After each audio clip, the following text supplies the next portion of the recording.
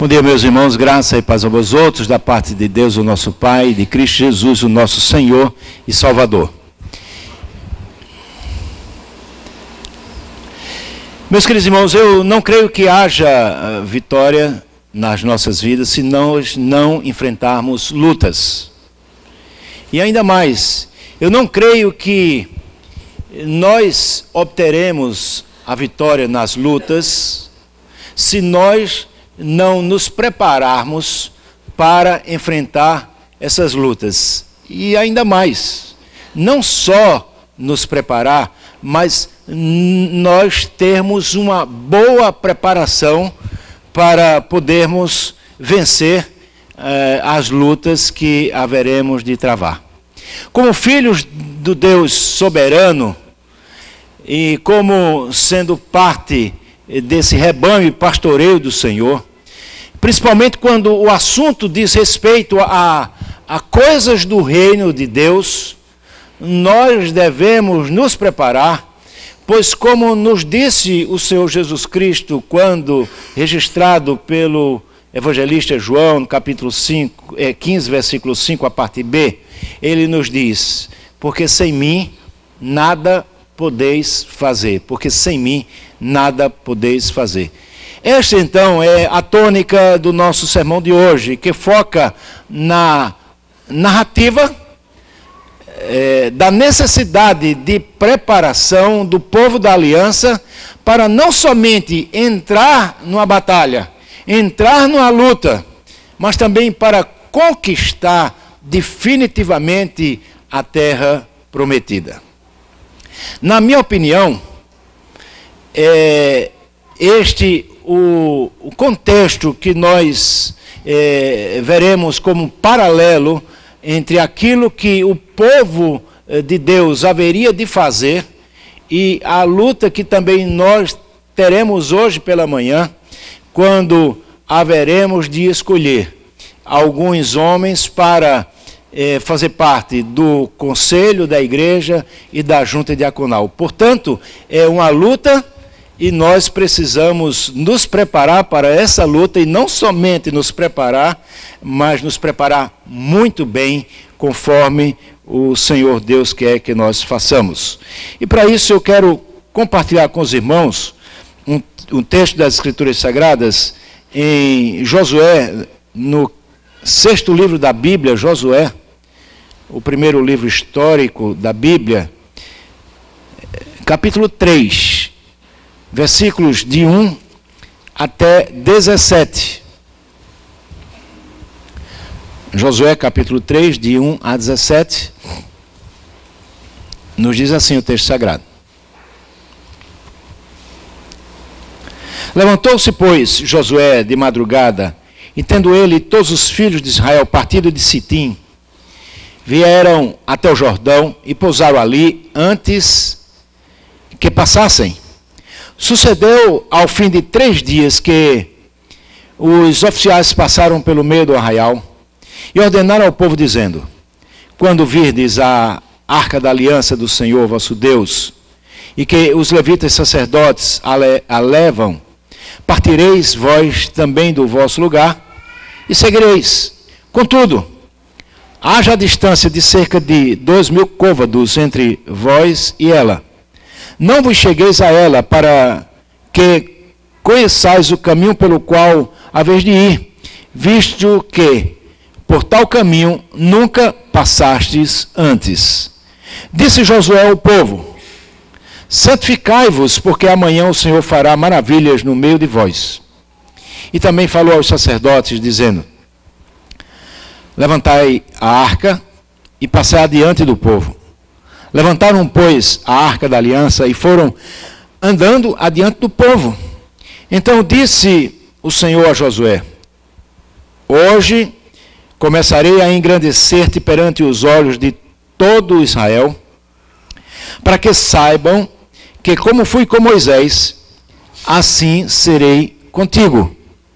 Tu, pois, ordenarás aos sacerdotes que levem a arca da aliança, dizendo: ao chegardes à borda das águas de Jordão, parareis ali. Então disse Josué aos filhos de Israel: chegai-vos para cá e ouvi as palavras do Senhor vosso Deus.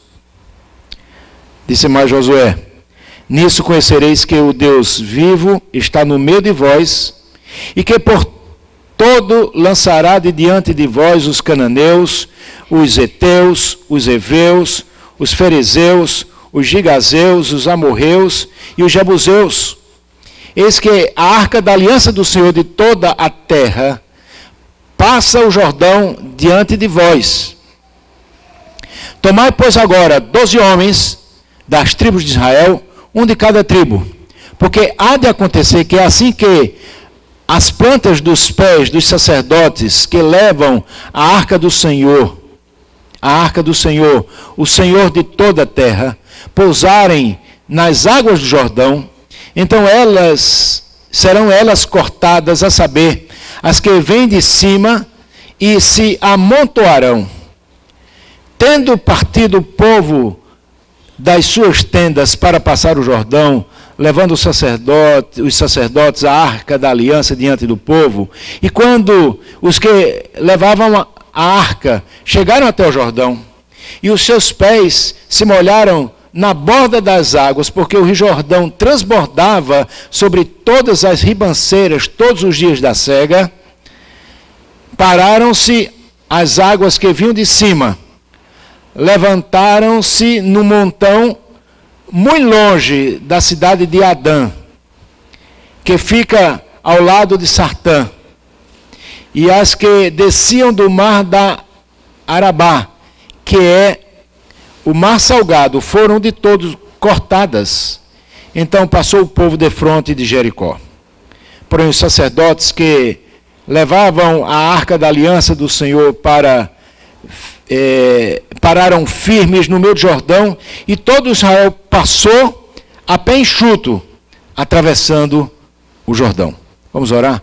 Senhor, nós te bendizemos por esta manhã, te bendizemos pela tua palavra, Senhor, que foi lida, que nós possamos, Senhor, ouvi-la, entendê-la, e possamos então também praticá-la. Assim oramos em nome de Jesus. Amém. Meus queridos irmãos, a travessia do Jordão prepara então o povo de Deus para a entrada na terra prometida. Aquela preparação do povo iria identificar aquela geração com o poder miraculoso do Deus de Israel, o Deus que havia já demonstrado o seu poder quando da libertação do povo do Egito, numa antiga geração. Se nós lembrarmos, aquela antiga geração, todos os homens haviam morrido, padecido na travessia do deserto durante aqueles 40 anos. Portanto, tudo aquilo que vai ser narrado por Josué aconteceu às margens do rio Jordão. Israel estava preparado para cortar perpendicularmente o rio Jordão a partir do local em que eles estavam, que o texto vai chamar de Sitim, mas é também chamado de Abal-Sitim, que ficava em rota direta com Jericó. Porém, entre estas cidades estava nada mais, nada menos do que o rio Jordão. Um pouco mais à frente, aquele rio haveria de desembocar no chamado Mar Morto, no Mar Salgado. Portanto, essa era a geografia da cena que nós temos aqui em tela, temos em nossas mãos. Os habitantes de Canaã era uma mistura de povos que eram chamados de amorreus. Eles habitavam o sul e também a região montanhosa, e os cananeus que ocupavam parte de toda aquela região chamada região da Palestina. Essa população era extremamente religiosa, e a religião era politeísta, ou seja, eles adoravam muitos deuses.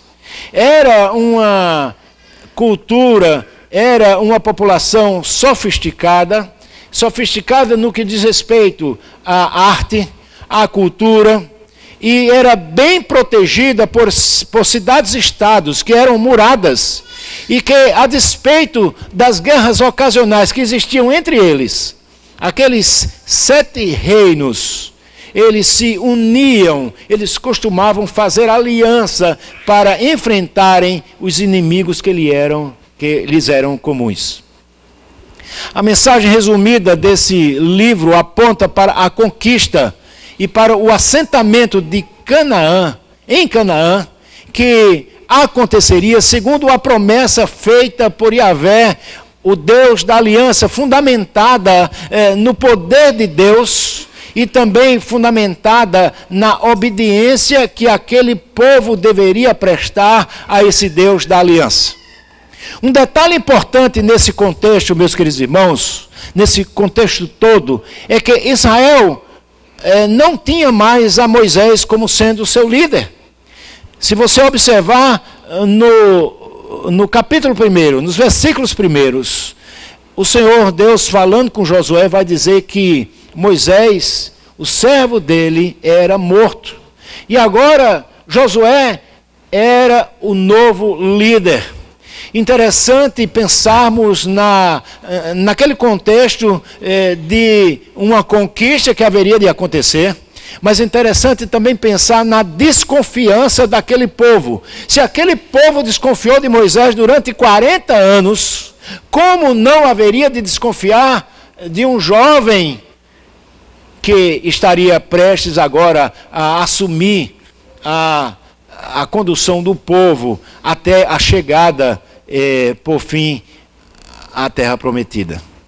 O cajado agora estava na mão de Josué, filho de Nun, que teria essa grande responsabilidade de conduzir o povo até a entrada prometida, e a terra prometida, melhor dizendo, e fazer ali aquilo que o Senhor Deus queria. Então, definitivamente, aquele povo haveria de se instalar ali naquela terra, haveria de conquistá-la, haveria então de desbancar todos os moradores que estavam ali.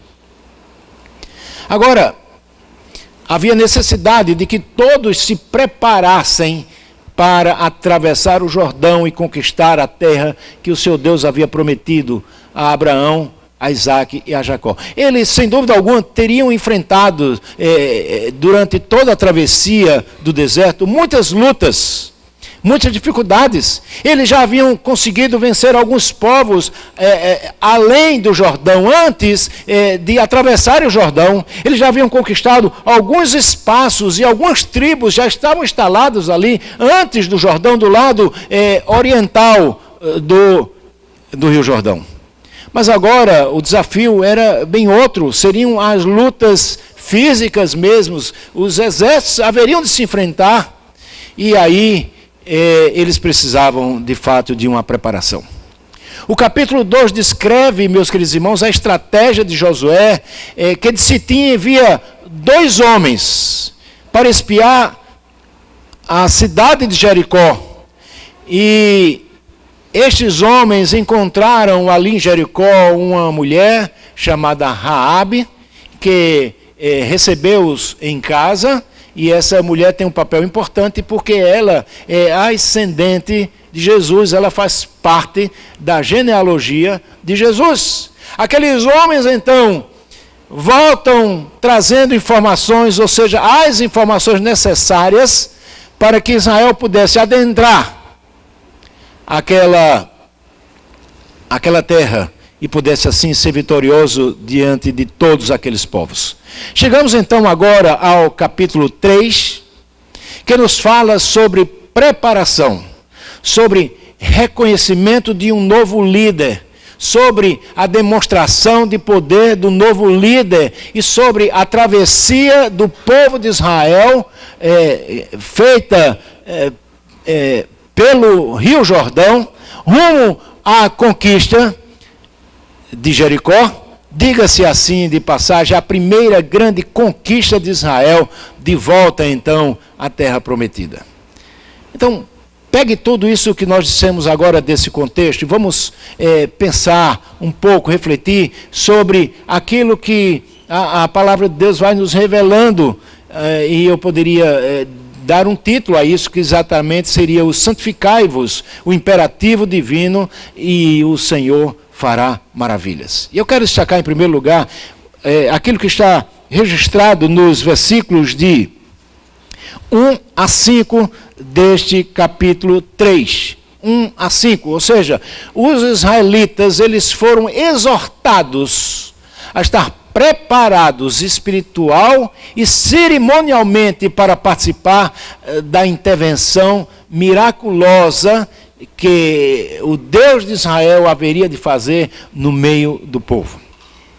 O texto que temos em mãos nos traz à mente a seguinte cena. O povo de Deus acampado em Abel-Sitim, que o texto vai falar apenas dar o nome reduzido de Sitim, tendo à sua frente o rio Jordão. Geograficamente, meus irmãos, poderíamos pensar que a posição entre o povo de Deus e o Mar Morto e a cidade de Jericó era semelhante a um triângulo de ângulo reto. Israel está acampado a nordeste da costa norte do Mar Morto, nesta localização que nós já falamos de Abel-Sitim. E essa distância era de aproximadamente 12 quilômetros para o Mar Morto, da onde eles estavam. Portanto, algo muito próximo. Jericó está situado na costa setentrional, da parte seca do Mar Morto, aproximadamente a 8 quilômetros do Mar Morto. Uma distância aproximadamente de 27 quilômetros de Jerusalém. Fiz diversas pesquisas para ver exatamente qual seria então a distância exata de onde estava o povo de Israel para a cidade de Jericó e não encontrei. Se você procurar alguns mapas no o próprio Google e outros, eles não fornecem as distâncias. Dizem alguns questão de segurança, porque toda aquela terra é complicada. Se você usar o Waze, que é de origem israelita, em Israel, na região daquela faixa toda aparece um preto.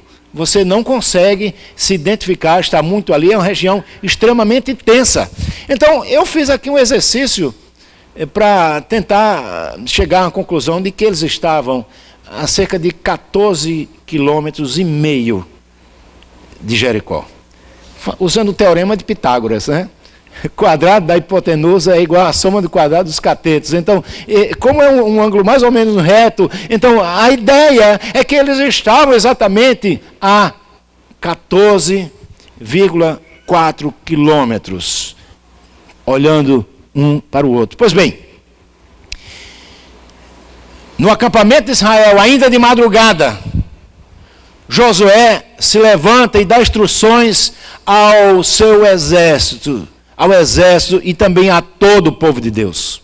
E ele vai fazer isso, obviamente, tendo em mãos o relatório que aqueles homens espias haviam trazidos de Jericó. E é interessante que essa experiência de espias não tinha sido muito bem sucedida por Moisés, né? Lembram que ele manda 12 espias, aqueles espias voltam dizendo, a terra é boa, mas tem gigante, e nós parecemos com gafanhotos.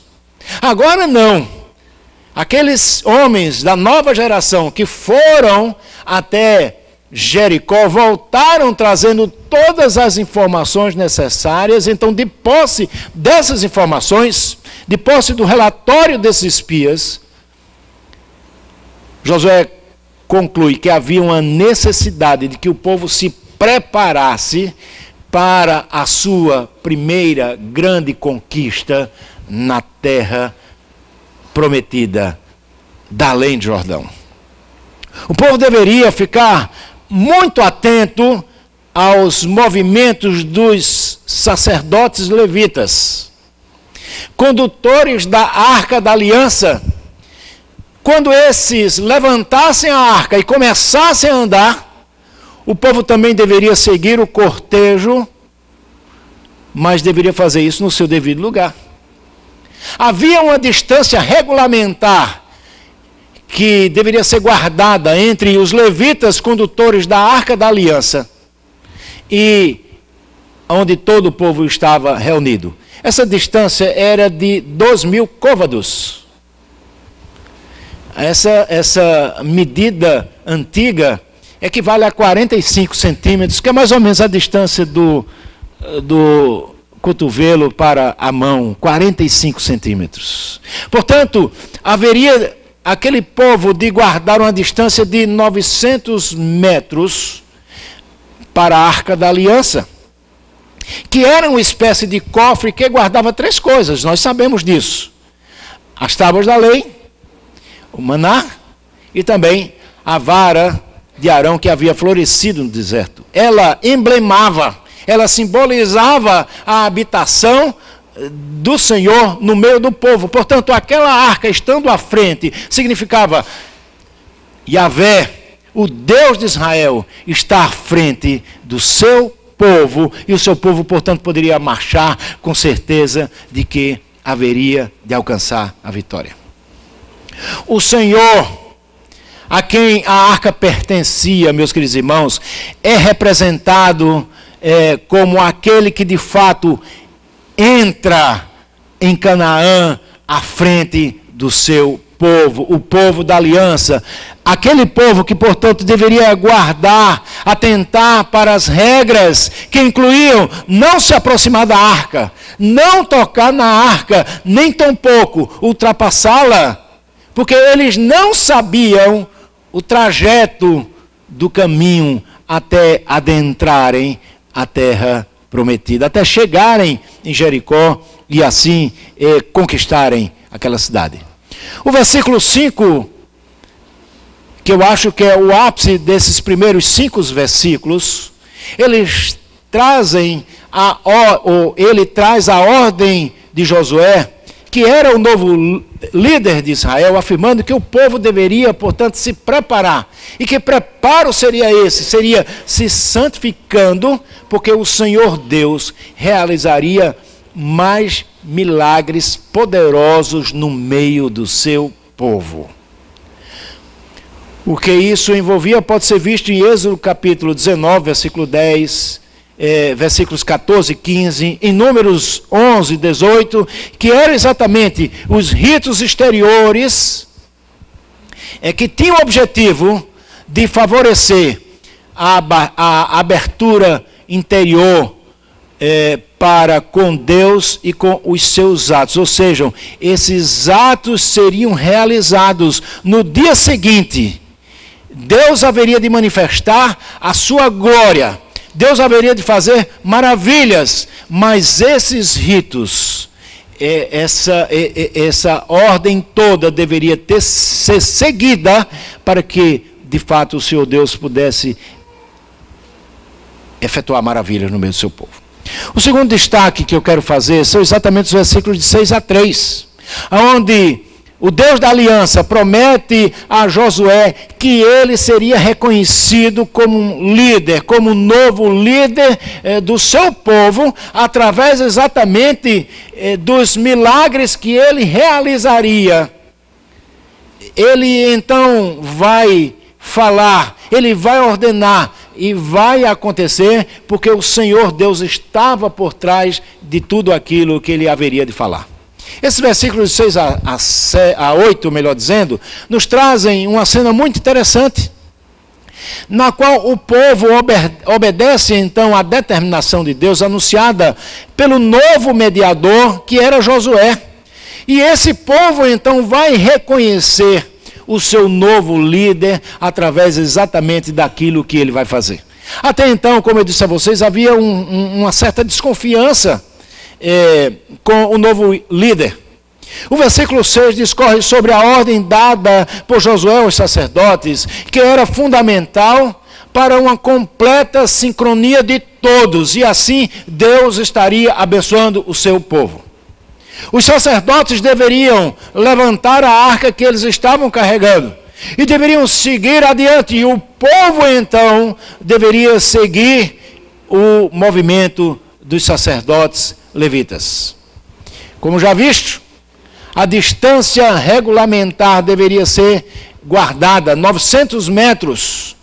Ao levantarem a arca, o povo deveria seguir à distância a trajetória que os sacerdotes seguiriam. Acostumados com o antigo líder Moisés, com quem o Senhor tratava face a face, com aquele que, por intermédio de quem aquelas 10 pragas haviam chegado a todo o Egito, acostumados aos milagres feitos, à abertura do Mar Vermelho, à abertura de todas as comportas para que o povo pudesse passar a pé enxuto no Mar Vermelho, para que também eles tivessem água para desinfetar a sede, o maná que caía do céu e tantas outras coisas. O povo agora iria ver que o Senhor Deus também operaria sinais e maravilhas com o novo líder, Josué. Quem vai fazer a garantia de que isso vai acontecer, quem vai escrever isso, é o próprio Deus, que vai falar com Josué e vai dizer que a sua liderança será respeitada por todo Israel, a semelhança daquilo que havia ocorrido com Moisés. Deus então demonstraria o seu poder a todo o povo, como sendo um autenticador da nova liderança que o Senhor havia levantado, havia estabelecido em Israel. A promessa feita pelo Senhor a Josué, no capítulo 1, se nós observarmos, envolve pelo menos 4 coisas. A primeira delas, envolve a segurança de que o Senhor Deus assistiria a Josué em todos os momentos. Segunda, garantia de conquista a todo o terreno que ele botasse o pé. Terceira, a certeza de que absolutamente ninguém poderia resistir à sua investida todos os dias da sua vida. A quarta, o penhor que o Senhor estaria com ele por onde quer que ele andasse, é agora ratificada, é agora confirmada, e nós poderemos ver que isso vai ficar muito claro para todo o povo que dependia agora dessa liderança de Josué. De que forma então essas promessas se dariam? Da mesma forma como o Senhor havia estado com Moisés durante a travessia no deserto, igualmente sucederia com Josué. E quem estaria atestando isso era o próprio Senhor, Deus da aliança, que não mente e que cumprirá toda a sua palavra, e ele faz isso invariavelmente, não há mudança. Não pode existir variação nem sombra de mudança no Senhor Deus. O versículo 8, meus irmãos, é importante para entendermos a narrativa que envolve a passagem de Israel à terra prometida através do Rio Jordão. Há como que um elemento de suspense naquela cena, porque Josué determina, ele dá ordens para que os sacerdotes levem a arca. Mas quando eles chegam à margem do Rio Jordão, eles deveriam parar e aguardar o seu comando. E naquela época, o Rio Jordão estava cheio. Portanto, era um rio caudaloso, que eles teriam dificuldades de atravessar de forma normal. Mas eles param ali e aguardam a ordem que haveria de ser dada por Josué. A parada estratégica deveria dar lugar para que o novo líder falasse à nação a respeito daquilo que haveria de acontecer, para que todos pudessem ver que o Senhor Deus estava à frente do povo. Mesmo não tendo um papel tão incisivo e direto no milagre que haveria de acontecer, como era com Moisés, Josué vai ordenar e as coisas irão acontecer. Desse modo, meus queridos irmãos, ao menos na narrativa, chega-se ao ponto dramático dessa aproximação às margens do rio Jordão. Todavia, a execução dessa ordem, ela é protelada. Na verdade, a ordem propriamente dita só é dada quando os eventos começam a se desdobrar com boa velocidade. Não obstante, o efeito sobre aqueles que se achegam às Escrituras Sagradas nesse texto, parece dar uma ideia de que algo estava sendo antecipado.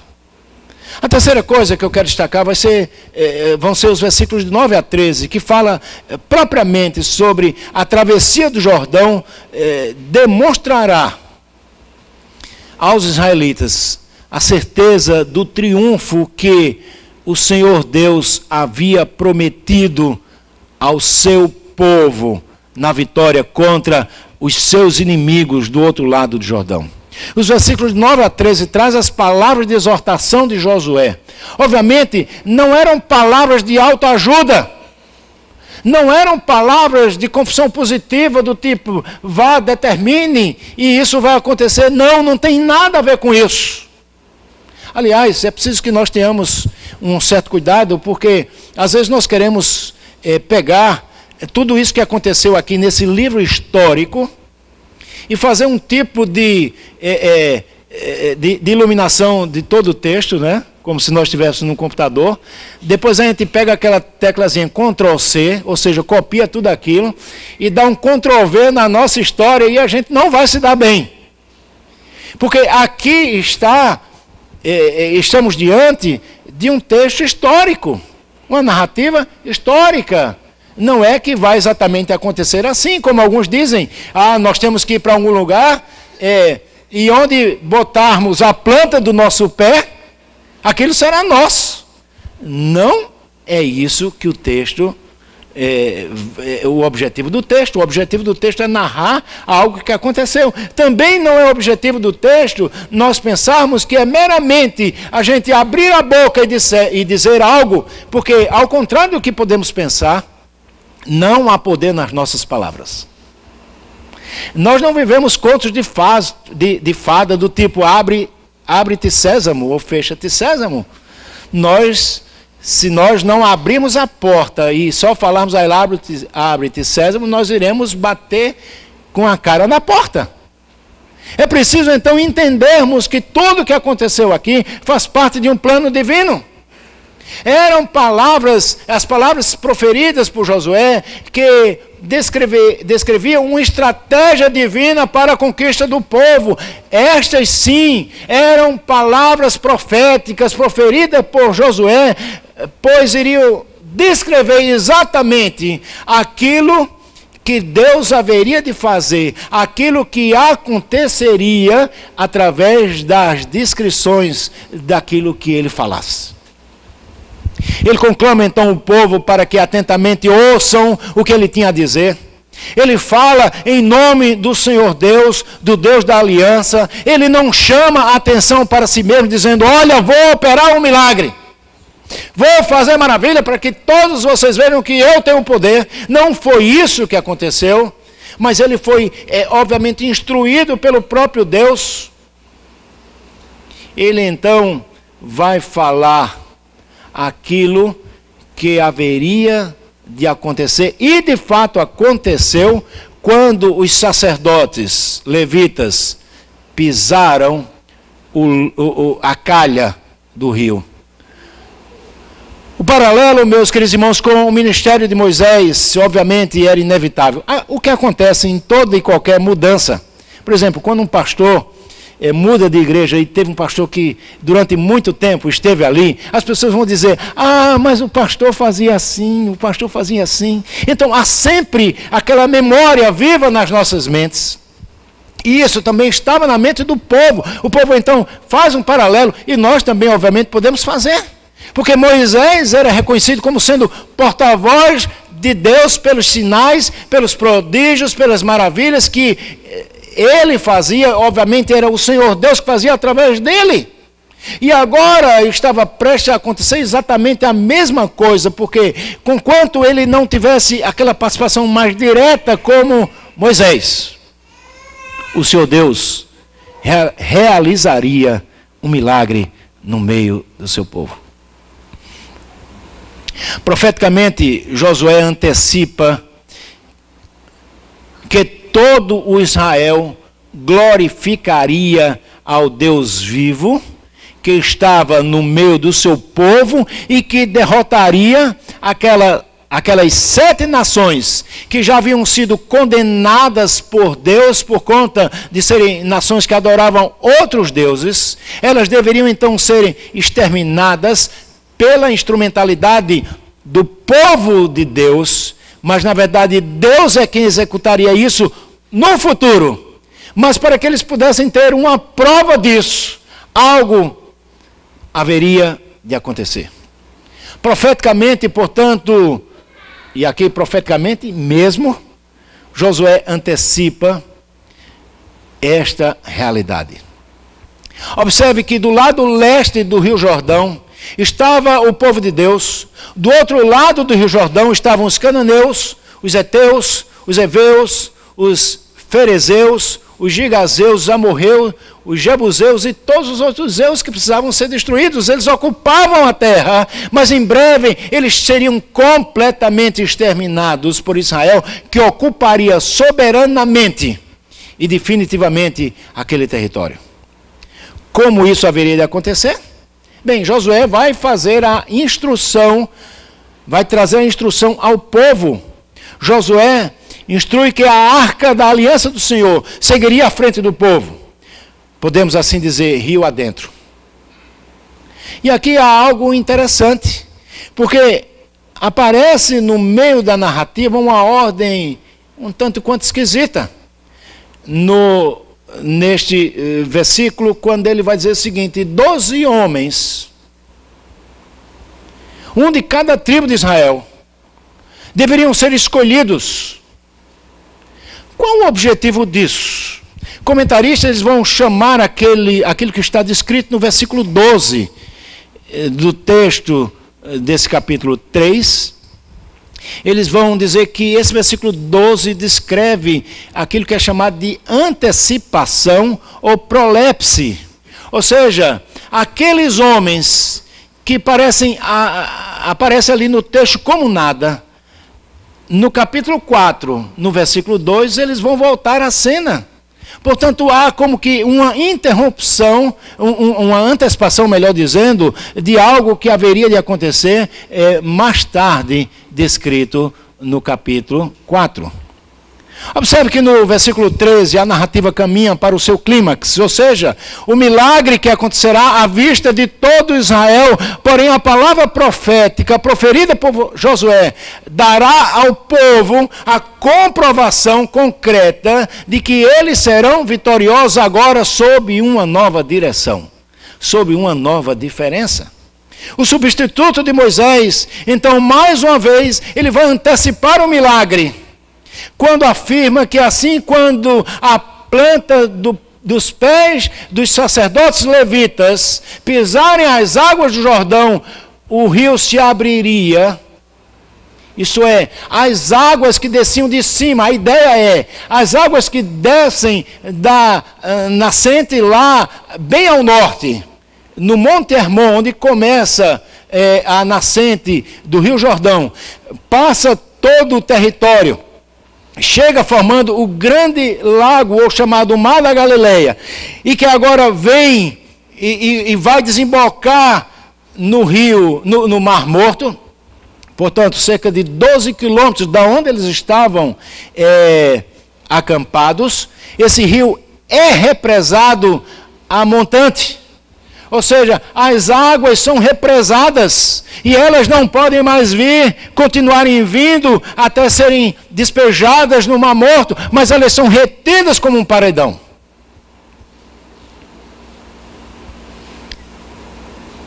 O milagre então acontece.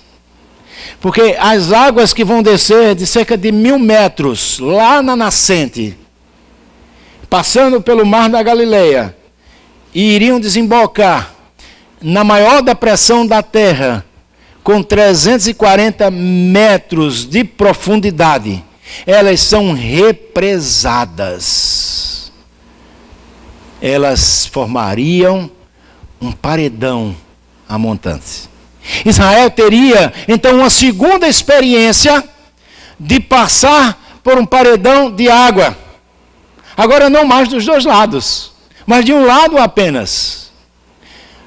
Dessa feita, água doce. Todos veriam mais uma vez a mão do Senhor Deus operando milagre e conduzindo o seu povo até o assentamento final na terra prometida. Queridos, o quarto ponto agora, que vai do versículo 14 até o 17, o quarto ponto. A miraculosa travessia do rio a pé enxuto, como um testemunho de um memorial, como lembrança do grande poder de Deus demonstrado no meio do seu povo. Os versículos finais desse capítulo 13, eles descrevem em cores vivas, eles descrevem em tons marcantes o cumprimento daquilo que Josué havia profetizado, que ele havia vaticinado. A partir do versículo 14, temos o início desses acontecimentos. Ele descreve que o povo, tendo deixado as suas tendas para passar o Jordão, eles esperaram então os levitas levantarem a arca. E assim eles deveriam dar início rumo à calha daquele rio. A narrativa fala de que os pés dos sacerdotes foram molhados. Molhados devido ao grande volume de água que corria na calha daquele rio.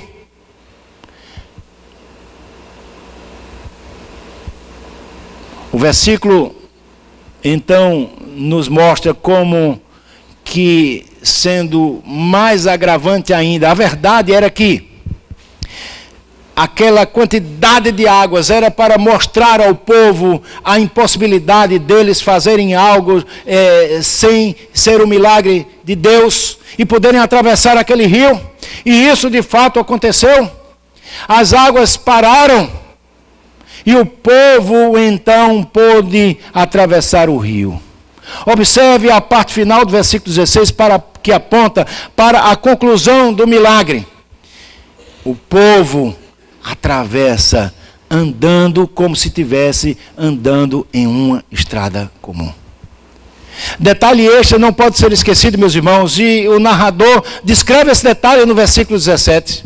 Os sacerdotes ficaram parados no meio do rio, em terra firme, enquanto que o povo de Israel passa a pé enxuto, chegando então do lado ocidental do Rio Jordão. O Deus de Israel, mais uma vez, demonstra o seu poder, fazendo com que as leis da natureza sejam quebradas, porque Ele é Deus e o povo vai reconhecer que é a ação de Deus. Israel, mais uma vez, poderia dizer que o Senhor Deus estava no meio deles, concedendo-lhes vitória e que concederia também vitórias no futuro em todos os embates que eles haveriam de enfrentar, mas tudo para a sua própria honra e para a sua própria glória. E aí eu quero fazer algumas rápidas aplicações para as nossas vidas hoje.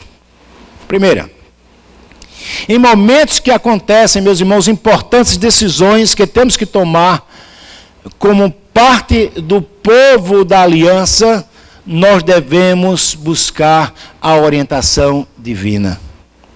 Principalmente quando o que nós vamos fazer diz respeito diretamente ao reino de Deus, e em especial diz respeito à igreja do Senhor Jesus, a qual Ele comprou com o seu poderoso nome, precioso sangue. Em alguns instantes, meus queridos irmãos, dentro de alguns instantes, nós estaremos reunidos aqui em assembleia para escolhermos homens para exercerem o presbiterato e o diaconato da nossa igreja, e nós precisamos fazer isso, irmãos, respaldados na orientação do Senhor.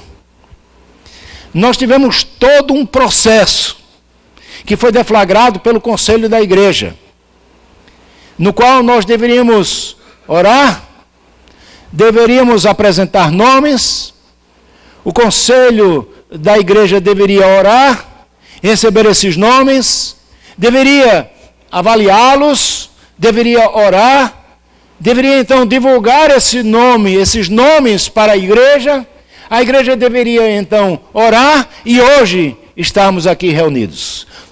Tudo respaldados pela orientação do Senhor.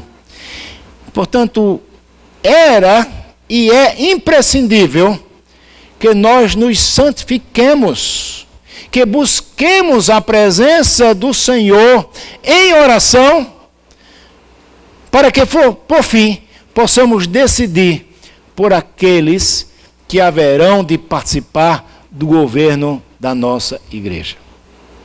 Segunda coisa. Nesse momento eu quero me dirigir aos irmãos que são candidatos a presbíteros e diáconos e dizer-lhes que aquilo que vai acontecer hoje aqui, na nossa Assembleia, nada mais é, nada menos é do que resposta de Deus ao povo. Ou seja, Deus manifestará a sua vontade soberana através do seu povo e através dos votos que o seu povo depositará aqui, tendo em vista que o seu povo buscou a vontade do Senhor. E eu quero que o Senhor, e eu creio que o Senhor fará proezas no nosso meio, utilizando a estes irmãos que serão eleitos aqui nesta manhã, através dos nossos votos, através das nossas vontades, que na verdade ela será a manifestação da vontade de Deus para as nossas vidas, porque nós cremos que a vontade dele é boa, agradável e perfeita, inclusive quando nós nos reunimos em assembleia para escolhermos os nossos governantes. A terceira, a paz, a tranquilidade e a harmonia daquilo que faremos aqui em nome do Senhor, que é o Senhor da igreja, demonstrará que a vitória do seu povo dar-se-á à medida em que, com fé em nossos corações, nós buscamos a presença de Deus para andarmos em completa dependência com Ele. Entenderam, meus irmãos? Isso pode ser visto quando, no futuro não muito distante, nós olharmos para as ações de Deus na vida da nossa igreja, utilizando, sem dúvida alguma, as chamadas causas secundárias, ou seja, utilizando-se dos oficiais que nós elegeremos hoje aqui nesta manhã, para dar o crescimento à sua igreja, mas acima de tudo, para o louvor e para a glória de Deus.